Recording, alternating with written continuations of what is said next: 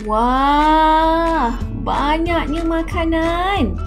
Ada pizza, ada burger, ada sosis, ada kerepek, ada aiskrim, ada gula-gula, donat.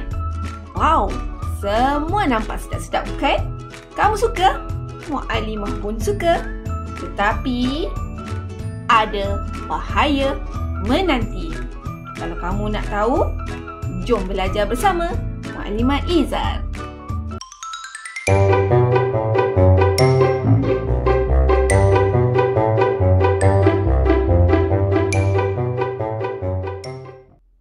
Assalamualaikum warahmatullahi wabarakatuh dan selamat sejahtera.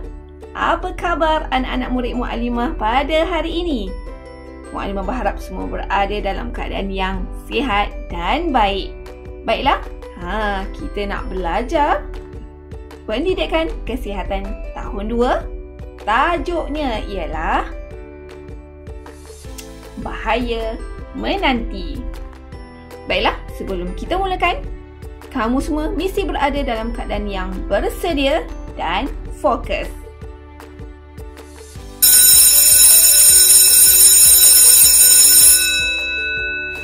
Itu Maisarah. Maisarah sering melihat rakan-rakannya membeli makanan dan minuman di luar kawasan sekolah. Adakah amalan ini baik? Sudah tentu amalan ini kurang baik. Kerana, yang pertama, kita tidak dapat pastikan bahawa makanan dan minuman yang dijual tersebut bersih ataupun kotor. Seterusnya, seperti yang kamu lihat dalam gambar tersebut, kebanyakan makanan dan minuman yang dijual dikategorikan sebagai makanan yang dilarang dijual kepada murid sekolah terutamanya. Kamu rasa sebab apa ya? Kerana makanan-makanan tersebut merupakan makanan yang tidak berkhasiat. Contohnya ialah minuman bergas, gula-gula, jeruk, coklat, dan makanan yang berupa bentuk mainan seperti cincin, belon dan sebagainya. Makanan-makanan tersebut mengandungi kandungan gula yang sangat tinggi dan tidak bagus untuk kesihatan diri kita. Jika kita makan makanan tersebut secara berlebihan, kita akan berisiko mendapat penyakit obesiti atau penyakit kegemukan. Banyaknya makanan. Apakah ini? Berbentuk segitiga. Bolehkah anak-anak murid Mu'allimah semua teka apakah ini? Apa ya agak-agaknya? Iya, betul. Ini ialah piramid makanan. Piramid makanan ini mempunyai 4 aras. Piramid makanan merupakan carta yang membantu kita untuk merancang pengambilan jenis-jenis makanan yang sesuai untuk kita setiap hari. Piramid makanan ini juga digunakan sebagai panduan untuk penyediaan makanan sihat. Bolehkah kamu semua bantu Mu'allimah tentukan makanan tersebut di tempat yang betul? Baiklah, yang pertama, sayur-sayuran dan buah-buahan. Agak-agaknya di mana tempat yang sesuai? Ya, betul. Sayur-sayuran dan buah-buahan berada di aras paling bawah sekali dalam piramid makanan. Yang kedua, karbohidrat. Di manakah tempat yang sesuai?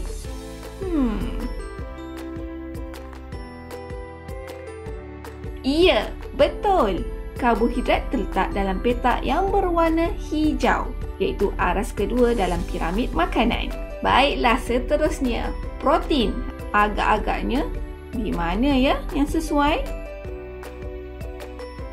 Kamu hebat. Betul, protein berada di petak berwarna kuning, iaitu aras ketiga dalam piramid makanan.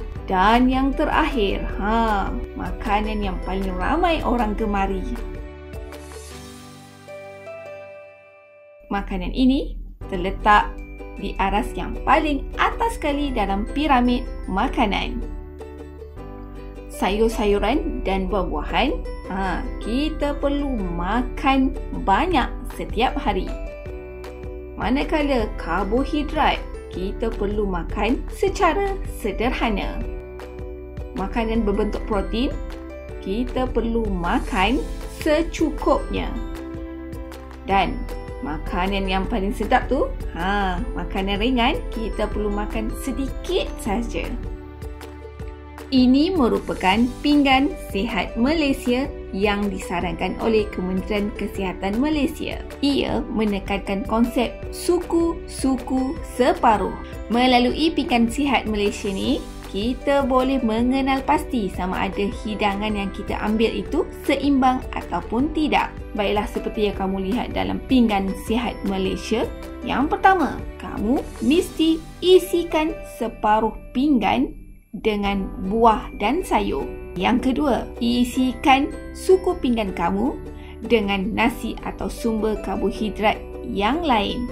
Kalau kamu tak nak makan nasi, kamu boleh tukar kepada mi, roti, bijirin ataupun ubi. Yang ketiga, isikan suku pinggan kamu dengan ikan ataupun sumber protein yang lain. Contohnya, kalau kamu tak nak makan ikan, kamu boleh tukar kepada ayam, daging ataupun ke kacang.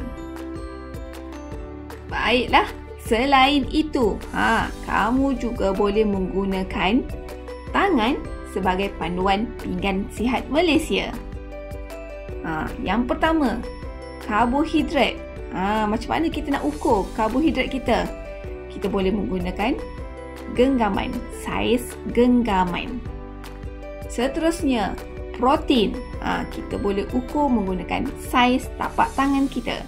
Dan yang terakhir, kita boleh ukur buah-buahan dan sayur-sayuran menggunakan saiz cukup tangan kita. Mudah bukan? Untuk kita ketahui sama ada hidangan yang kita ambil itu seimbang ataupun tidak. Baiklah, sekarang Mukadlimah ingin tunjukkan kepada kamu semua contoh-contoh hidangan yang mematuhi panduan suku-suku separuh. Yang pertama, nasi putih dengan ikan bakar dan sayur-sayuran. Yang kedua, nasi lemak. Yang ketiga, capati ataupun dal. Yang keempat, roti dengan telur dan salad. Dan yang terakhir, sup mi hun. Sedapnya. Patuhi waktu makan. Itu Maisarah. Anak-anak murid Mukadlimah semua, jom kita bantu Maisarah untuk makan dan minum pada waktu yang betul serta mengambil kuantiti makanan dan minuman mengikut keperluan. Sarapan pagi. Kebiasaannya, sarapan pagi bermula pada pukul 6 pagi sehingga 8 pagi. Contoh menu untuk sarapan pagi ialah roti bersama dengan telur, ataupun mi goreng, ataupun bijirin seperti Koko Crunch bersama dengan susu. Seterusnya, makan tengah hari. Makan tengah hari kebiasaannya akan bermula pada pukul 12 tengah hari sehingga pukul 2 petang. Makan tengah hari. Makan tengah hari bermula daripada pukul 12 tengah hari sehingga 2 petang. Contoh menu makan tengah hari ialah nasi putih bersama dengan daging.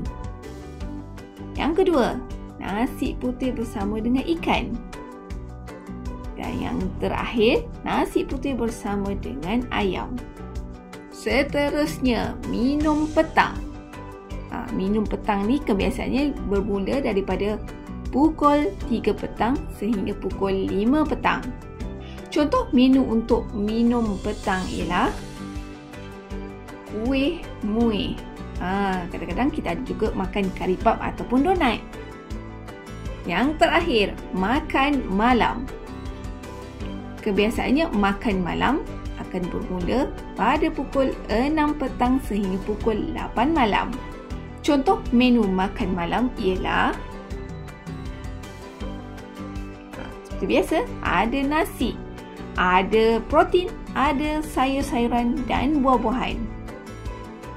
Contohnya ialah nasi bersama dengan ayam, nasi bersama dengan daging. Dan ada juga menu dia ialah nasi goreng bersama dengan telur mata.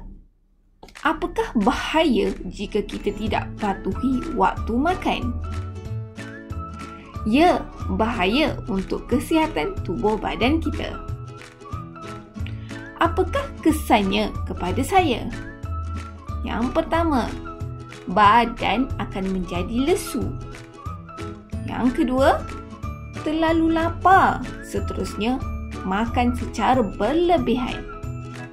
Yang ketiga, kurang tumpuan semasa belajar. Dan yang keempat, mudah jatuh sakit dan kurang nutrisi. Apakah yang harus saya lakukan? Yang pertama, tahu kepentingan untuk makan. Dan yang kedua, patuhi waktu makan mengikut masa yang telah ditetapkan. Baiklah, sampai di sini saja pelajaran kita pada hari ini. InsyaAllah kita akan bertemu lagi pada pelajaran yang akan datang. Jangan lupa sentiasa patuhi waktu makan kamu. Bye!